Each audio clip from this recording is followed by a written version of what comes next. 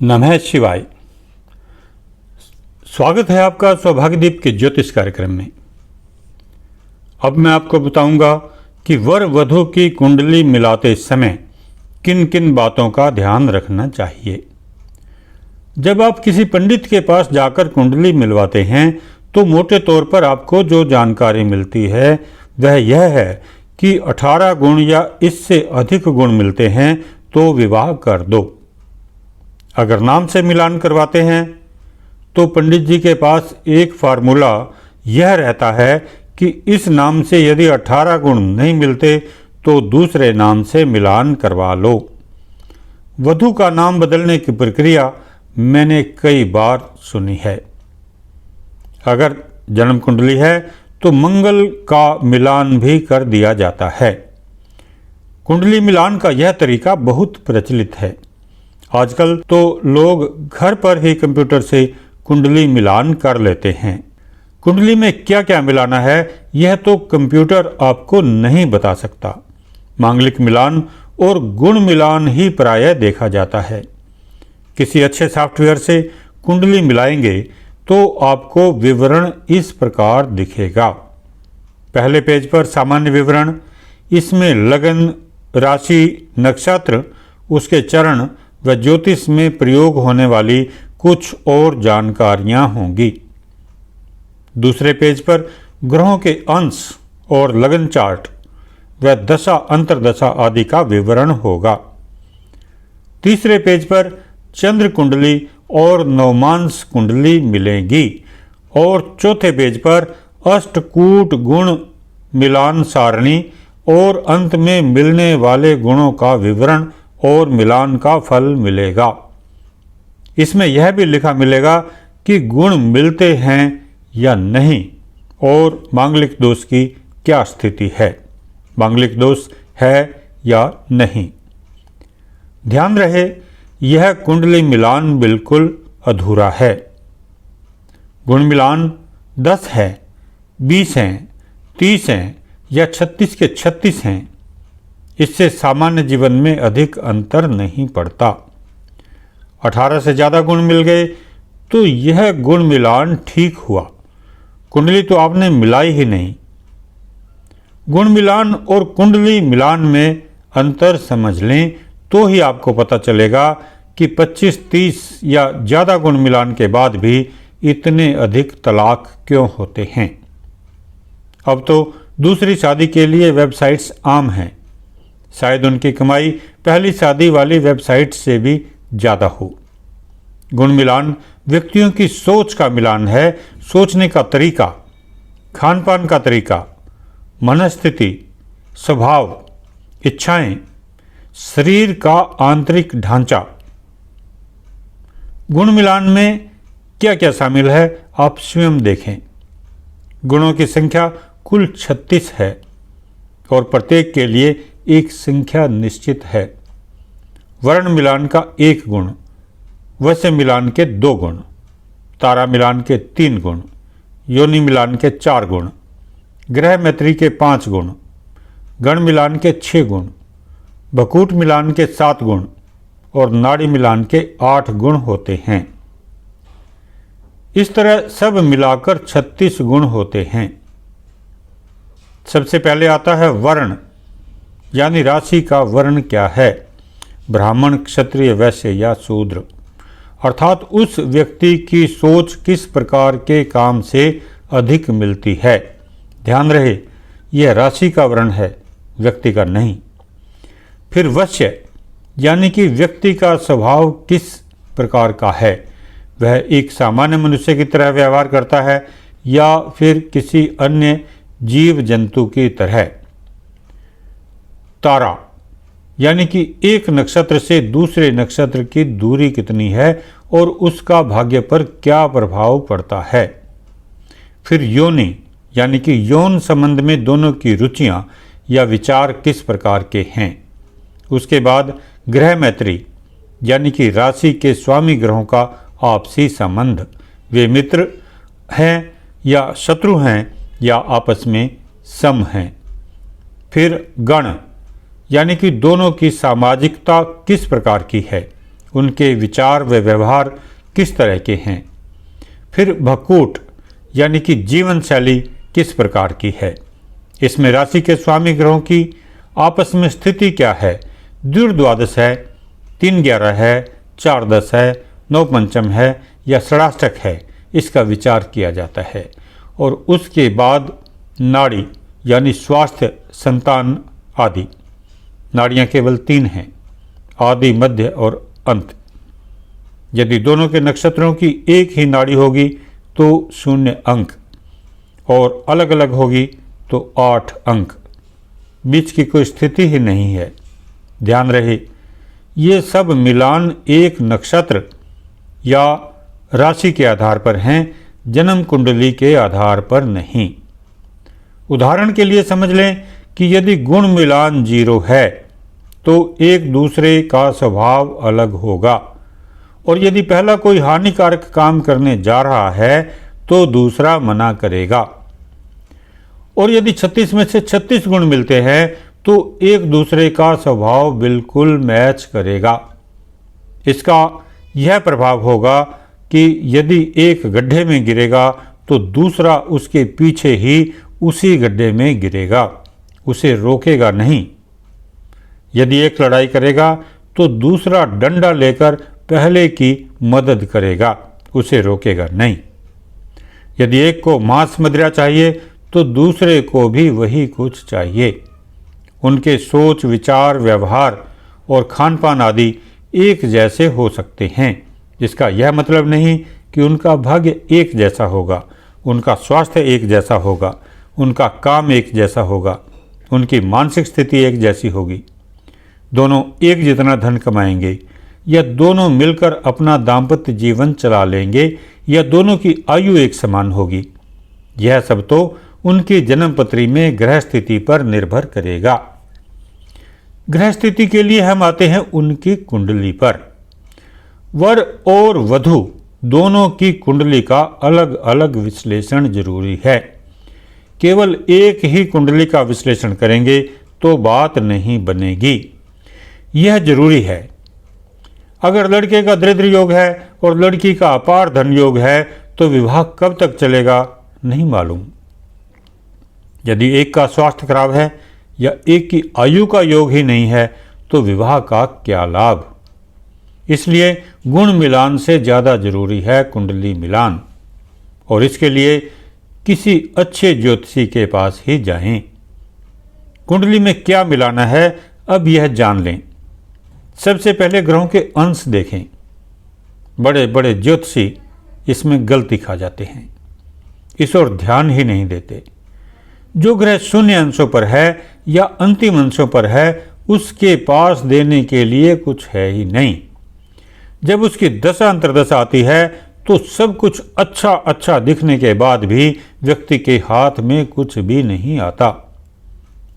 यदि विवाह करना जरूरी है तो ऐसे ग्रह का बल बढ़ाने का उपाय करना पड़ेगा। फिर आप यह देखें एक नज़र में कि क्या 3 या 4 ग्रह किसी कुंडली में वक्री तो नहीं हैं। अगर हैं तो विवाह नहीं चलेगा। ऐसे आदमी की बुद्धि उल्टी चलती है, निराशा पहले आती है।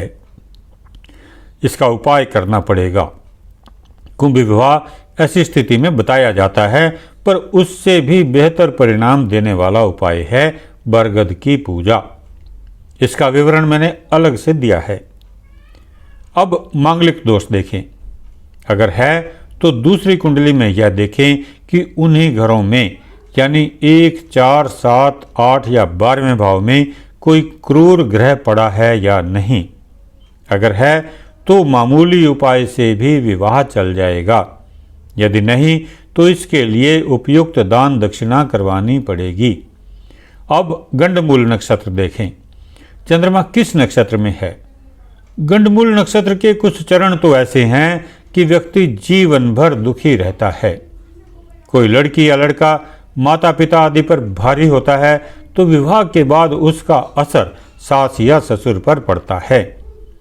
विवाह के तुरंत बाद परिवार में यदि किसी की मृत्यु हो जाती है तो इसका कारण वर या वधू का गंडमूल नक्षत्र भी हो सकता है। अगर विवाह जरूरी है तो गंडमूल का उपाय पहले कर लें। बहुत से लोग सोचते हैं कि हमने जन्म के समय गंडमूल का उपाय किया था, उसका असर सारा जीवन रहेगा। यह भ्रम है। पूजा खुद करें या ब्राह्मण से करवाएं, गंडमूल का असर 12 वर्ष तक ही रहता है। उपाय कर लें, आसान है, फायदा मिलेगा। केवल एक कांसे के कटोरे, कुछ चीनी और एक माला की जरूरत है। एक मंत्र पाठ करना है, केवल एक माला और 12 वर्ष के लिए आराम। इसका विवरण अलग से मैंने दिया है। अब एक एक करके दोनों कुंडलियों का पूरा विश्लेषण करें। स्वास्थ्य ठीक है या नहीं, लड़की की कुंडली में शनि चंद्र की क्या स्थिति है। अगर शनि विषयोग है तो आप जीवन भर वधू की दवाई ही करते रहेंगे, और अगर वह कभी ठीक हो भी जाती है तो कुछ समय बाद फिर बीमार रहेगी। कुछ ऐसे योग हैं जो बड़े सामान्य से दिखते हैं लेकिन असाध्य बीमारियों को लेकर आते हैं। शादी कर ली और बाद में जीवन भर भुगतते रहे, यह अक्सर होता है। बाद में लड़का या लड़की यही कहते हैं कि यह तो सब कुछ शादी के बाद ही हुआ है। उपाय पहले ही जरूरी है। अब धन योग कैसा है, यह दूसरे भाव से देखें। बिना धन घर चलाना मुश्किल होता है। तीसरा भाव इसलिए देखें कि लड़की किस किस से एडजस्ट कर सकती है या लड़का एडजस्ट कर सकता है या नहीं। चौथे भाव से यह देखें कि माता का सुख या मन का सुख कैसा है। आजकल मोबाइल का ज़माना है। आपके घर में कौन सी दाल रात को बननी है, यह आपके समधी या समधन को पहले ही पता होगा। चरित्र की सारी जानकारी चौथे भाव, उसके स्वामी राहु व चंद्र आदि से देखें। अगर व्यभिचार योग है तो विवाह पर लाखों लेने के बाद भी विवाह को चलाना मुश्किल है। ऐसे योग भी होते हैं कि बहु विवाह के बाद ही अलग रहने की जिद करेगी। पांचवें भाव का अध्ययन भी आवश्यक है। संतान का सुख होगा या नहीं, क्या काकबंध्या योग है, कोई पेट की बड़ी खराबी तो नहीं है, सब कुछ देखें। ऋण रोग शत्रु की स्थिति के लिए छठे भाव का विश्लेषण करें। दांपत्य जीवन को चलाने में कितना सहयोग व्यक्ति देगा, इसका विश्लेषण सप्तम भाव से करें। शुक्र गुरु सप्तम भाव सप्तमेश, सबका विश्लेषण आवश्यक है। यदि कोई भी पाप कर्तृ योग में है तो विवाह विच्छेद का योग बनेगा। अष्टम भाव से आयु का अनुमान लगाएं। नौवें भाव से भाग्य की स्थिति को देखें। क्या लड़की पहले से कमाए हुए धन को ही तो नहीं डुबो देगी। 10वां भाव कर्म का है, काम का फल मिलेगा या नहीं। 10वें भाव में चंद्रमा केमद्रुम योग में है तो लाख कोशिश करने के बाद भी कामयाबी नहीं मिलती। गुरु स्थित हो तो भी काम का फल नहीं मिलता, केवल धन्यवाद मिलता है। इससे किसी का पेट नहीं भरता। 11वें भाव से धन लाभ की स्थिति व फिर 12वें स्थान से सारे सुखों का विश्लेषण आवश्यक है। नींद आती है या नहीं, यह सब भी 12वें भाव से ही देखना पड़ेगा। सब कुछ देखकर निश्चित करें कि क्या दोनों में से कोई वहमी यानी साइको तो नहीं है, तनाव को झेल सकता है या नहीं, निराशा की स्थिति तो नहीं है, जीवन में आगे बढ़ने की इच्छा है या नहीं, खुशी या आनंद कितना है, पितृदोष तो नहीं है जिससे व्यक्ति सारा जीवन दुखी ही न रह जाए, और अंत में सबसे ज़्यादा जरूरी है सास बहू की एडजस्टमेंट होगी या नहीं। अगर सास बहू खुश हैं तो सारा परिवार खुश रह सकता है। जिस घर में कलेश होता है वहाँ कभी लक्ष्मी का वास नहीं हो सकता, यह याद रखें। अगर कोई समस्या है तो उसका समाधान ही साथ ही बता दें। दशा की क्या स्थिति है, विवाह हो सकता है या नहीं, या विवाह चलने की दशा भी है या नहीं, यह सब जानना जरूरी है। यह सब काफ़ी लंबा काम है, बुद्धि और मेहनत लगती है, इसलिए फीस भी जरूरी है। अगर आप ज्योतिषी हैं तो आपके पास आने वाले ग्राहक को आप जानते ही होंगे। वह कितनी फीस दे सकता है, उसके आधार पर मेहनत करें। यदि आपकी भावना परोपकार की है तो अवश्य बिना फीस की इच्छा के ही मेहनत करें। अगर आपका यजमान फीस देने की क्षमता नहीं रखता है और आप बिना फीस काम नहीं करते तो उसे किसी उचित स्थान पर भेज दें। अधूरा काम करके पाप अपने सिर पर न लें। अक्सर लोग विवाह पर लाखों रुपए खर्च करते हैं पर जन्मपत्री मिलान मुफ्त में चाहते हैं या अपने कंप्यूटर से मिला लेते हैं। मुफ्त वाले को अगर तलाक मिले तो अफसोस न करें, क्योंकि जैसी उसने पत्री मिलाई है फल तो वही मिलेगा। फिर भी जितना संभव हो सके अच्छा काम ही करें, अपना भविष्य सुधारें। अगर आप बिना इच्छा के काम करते हैं तो भगवान आपकी मजदूरी का कोई दूसरा रास्ता अवश्य निकाल देता है। जितना जरूरी है उतना ही उपाय बताएं। एक बात और याद रखें, जो उपाय बताया जाता है वह विवाह से पहले ही कर लें। बाद का उपाय किसी काम का नहीं होता। बात बिगड़ने के बाद उसे संवारना कठिन होता है। धागा एक बार टूट जाए तो गांठ लगती है जो दिखाई देती रहती है। उपाय अधूरा भी न करें, पूरा करें। अधूरा करना है तो न करना ही अच्छा है। कम से कम आपको यह तो निश्चित होगा कि मैंने कोई उपाय किया ही नहीं था, इसलिए विपरीत फल को स्वीकारना या भोगना आसान बन जाएगा। अगर एक बार नाकामयाबी मिल भी गई तो निराश न हों। मेरे पास तीसरी व चौथी शादी वाले कस्टमर भी आते हैं। उपाय कर लेंगे तो यह स्थिति नहीं आएगी। उपाय आपके भाग्य को पूरी तरह तो नहीं बदल सकता, पर इस बात से सहमत हूँ, पर आप अपनी सफलता का रास्ता तो बना ही सकते हैं। बरसात आनी है तो छतरी ले लें, सिर व शरीर तो भीगने से बच जाएगा। आदमी समझता तब है जब उसे ठोकर लगती है। इंसान वही होता है जो दूसरे को गिरते हुए देखकर खुद संभल जाता है। सावधानी बरतें, इसी में भलाई है।